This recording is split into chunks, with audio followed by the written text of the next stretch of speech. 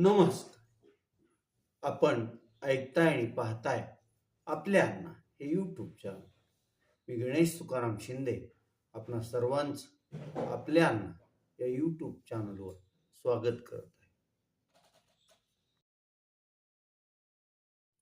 आखाती देशात सुरू असलेल्या युद्धाचा आज 23वा दिवस आहे.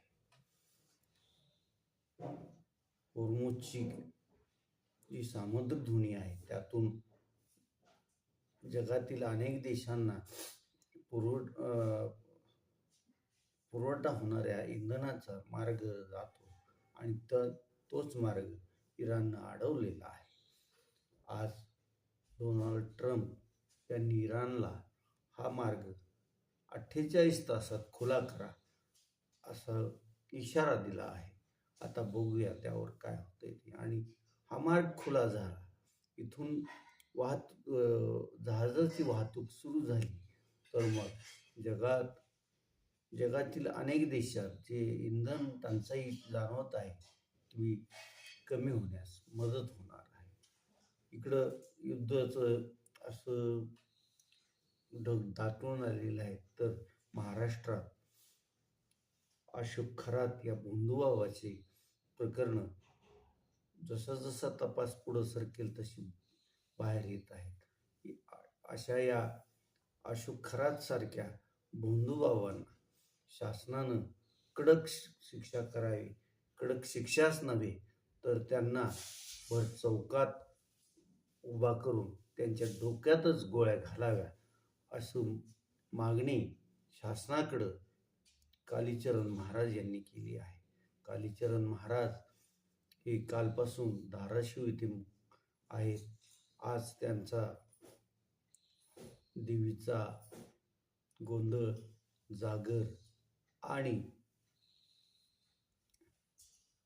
रामस्तोत्राचं पठण असा कार्यक्रम धाराशिव येथील लेडीज क्लब मैदानावर होणार आहे. या कार्यक्रमाचं आणि कालीचरण महाराजाच्या दर्शनाचा धाराशिवकरांना लाभ देण्याचं काम रूपामाता फाउंडेशननं केलं आहे. काल त्यांनी घेतलेल्या पत्रकार परिषदेला रूपामाताचे सर्वेसर्व असणारे ॲडव्होकेट व्यंकट गुंडही उपस्थित होते. कालीचरण महाराज यांनी कालच्या पत्रकार परिषदेत संपूर्ण राष्ट्र हिंदू राष्ट्र व्हावं अशी सगळ्यांची संकल्पना आहे असं स्पष्ट करत त्यांनी अगदी थेट माजी राष्ट्रपती स्वर्गीय अब्दुल APJ कलाम यांच्यावर पण हल्लाबोल केला होता. ते काफिर आहेत असं त्यांनी बोलले. एकंदरीत कालीचरण महाराजांची पत्रकार परिषदेत तशी वादग्रस्त झाली असं म्हणावं लागेल. कालच्या पत्रकार परिषदेला असंख्य पत्रकार बांधव उपस्थित होते. या पत्रकार परिषदेत कालीचरण महाराजांनी आपल्या कुलदेवी जी आहे तिचं महत्त्व काय आहे हे पण सर्व पत्रकारांसमोर स्पष्ट करून सांगितलेलं होतं.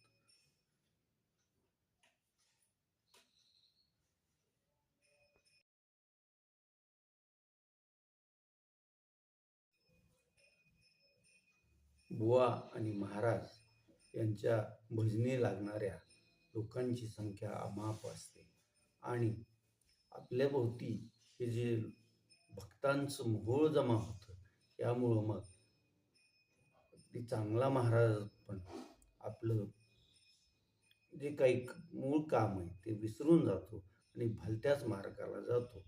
अशी अनेक उदाहरणं महाराष्ट्रात पण आहेत आणि देशात पण घडली आहेत.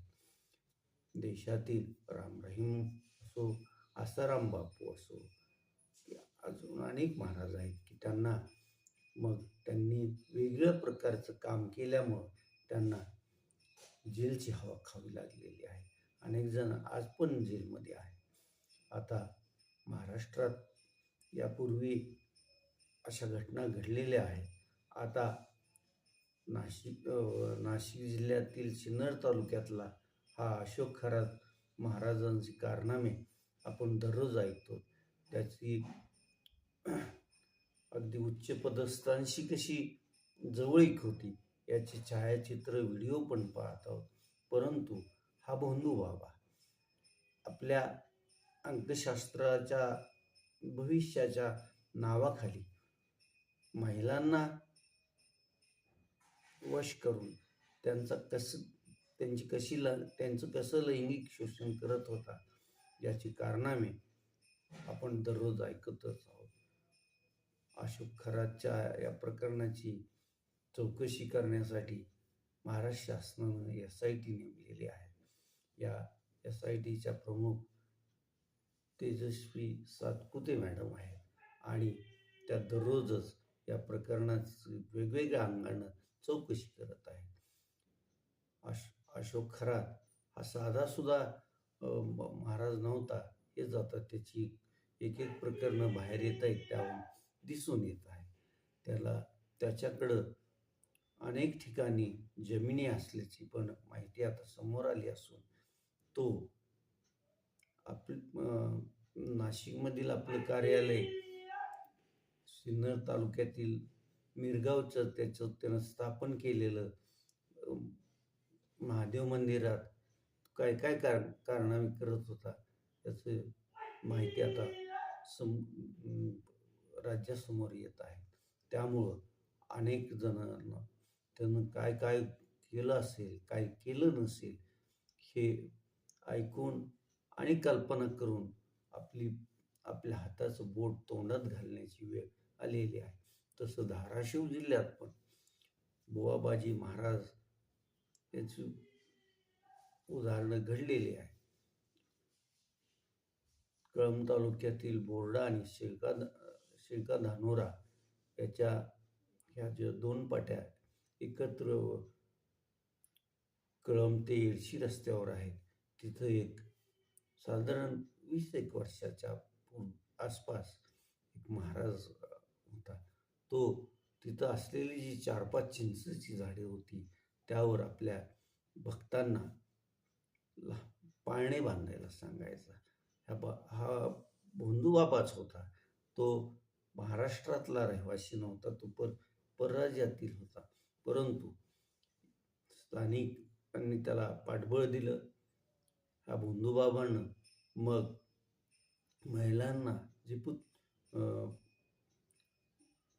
पुत्रप्राप्तीचं काही हे सतत वेड असतं, त्या वेडाचा त्यानं फायदा घेतला आणि त्यानं प्रचंड अशी मायाही जमा केली आणि भक्तांना वेडं पण केलं होतं.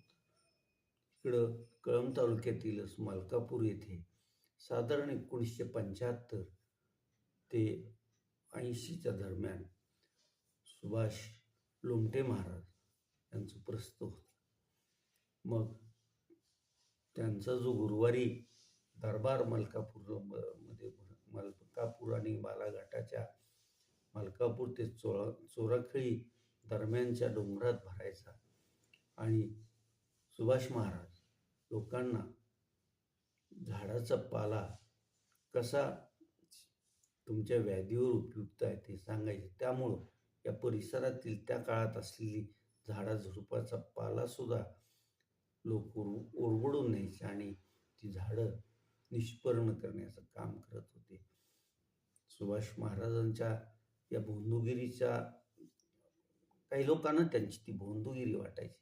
त्याच्या विरोधात त्यांच्याच भावकीतले समाजवादी नेते म्हणून ज्यांची कळंब तालुक्यात ओळख आहे आणि होती आणि आहे अशा आबासाहेब प्रभू लोमटे आणि त्यांच्या सहकार्याने सुभाष लोमटे महाराजांच्या विरोधात अनेक आंदोलनं पण केली होती.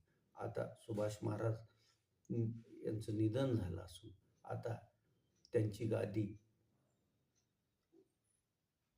आमचे शिष्य असलेले एकनाथ सुभाष लोमटे महाराज चालवतात. एकनाथ महाराज पण लहान वयातच त्यांना ह्या गादीचा वारसा मिळाला आहे. त्यांनी मलकापूर आणि येडेश्वरी मंदिराचा जो रस्ता त्याच्या बाजूला दत्तधाम उभा केला आहे आणि एकनाथ महाराजांच्या दत्तधामाची ख्याती पण महाराष्ट्रभर आहे. एकनाथ महाराज लोमटे यांचे शिष्यगण जास्त करून अहिल्यानगर, नाशिक आणि मुंबईकडे आहेत. ते भक्त दर गुरुवारी किंवा पौर्णिमेला एकनाथ महाराजांचं दर्शन लाभ घेण्यासाठी येत असतात. एकनाथ महाराजांवर पण 2 वेळेस महिलेचं लैंगिक शोषण केल्याचा आरोप झालेला आहे. त्यांच्यावर गुन्हा पण दाखल झालेला होता आणि एका गुन्ह्यात त्यांना बरेच दिवस जेलची हवा खावी लागलेली आहे. परंतु या दोन्ही ह्याच्यात त्यांची निर्दोष मुक्तता झाल्याचं कळत आहे. तर एकनाथ महाराजांच्या जे अहिल्यानगरचं एक मोठं कुटुंब भक्त आहे ते म्हणजे विद्यमान मंत्री राधाकृष्ण विखे पाटील आहेत. राधाकृष्ण विखे पाटलांचे वडील माजी मंत्री, माजी खासदार राहिलेले बाळासाहेब विखे पाटील हे पण एकनाथ महाराजांच्या दर्शनाला मालकापूर येथे येत होते, हे सर्वांना माहीतच आहे. तर जिथं माणूस आपलं सर्व त्यानं तो जो धडपड करतो त्यातून त्याला आपण हारत आहोत, आपलं काही खरं नाही असं वाटायला लागतं, त्यावेळेस असा माणूस मग बुवा महाराजांच्या नादी लागतो आणि मग त्याला थोडं काहीतरी वेगळं जाणवलं की त्याचा मग त्या महाराजांचा तो माणूस प्रचार करतो, गवगवा करतो आणि अशा तऱ्हेनंच महाराजांभोवती गर्दी जमा होत असते. असं चित्र सर्वत्र दिसतं. परंतु वास्तवात आपणच आपल्या बऱ्या वाईटाचे धनी असतो. माणूस विसरतो आणि तो विसरला की मग महाराज बुवा यांच्या नादी लागतो आणि ह्यातून त्या महाराजांचं आणि बुवाबाजी करणाऱ्यांचं फावत असतं.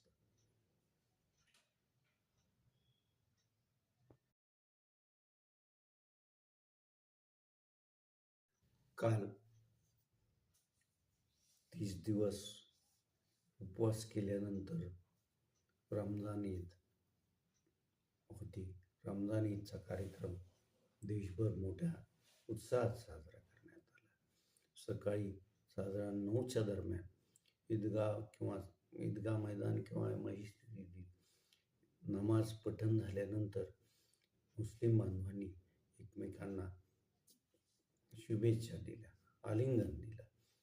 उमरगा, धाराशिव, कळंब या मोठ्या ठिकाणी धाराशिव जिल्ह्यात मुस्लिम बांधवांना शुभेच्छा देण्यासाठी अनेक राजकीय पक्षाची नेते मंडळी उपस्थित होती. धाराशिवच्या ईदगाह मैदानावर खासदार ओमप्रकाश राजे निंबाळकर, आमदार कैलास घाडगे पाटील, उमरग्यात माजी आमदार ज्ञानराज चौगुले, आमदार प्रवीण स्वामी, कळंबला कृषी उत्पन्न बाजार समितीचे सभापती शिवाजी कापसे, अजित पिंगळे, दिलीप पाटील,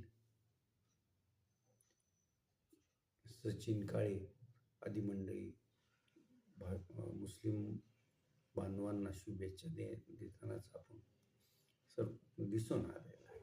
काल मग अनेक मुस्लिम कुटुंब आणि हिंदू मित्रांना आणि आपल्या जवळच्या असणाऱ्या बांधवांना शिरखुंबा, गुलगुले खाण्यासाठी आमंत्रित केलेलं होतं आणि अनेकांनी शिरखुंब्याचा आस्वाद पण घेतला. आता आपण इथंच थांबतोय. तुम्ही आपल्या यूट्यूब चॅनल सबस्क्राईब करा, लाईक करा आणि कमेंट्स पण नोंदवा. धन्यवाद.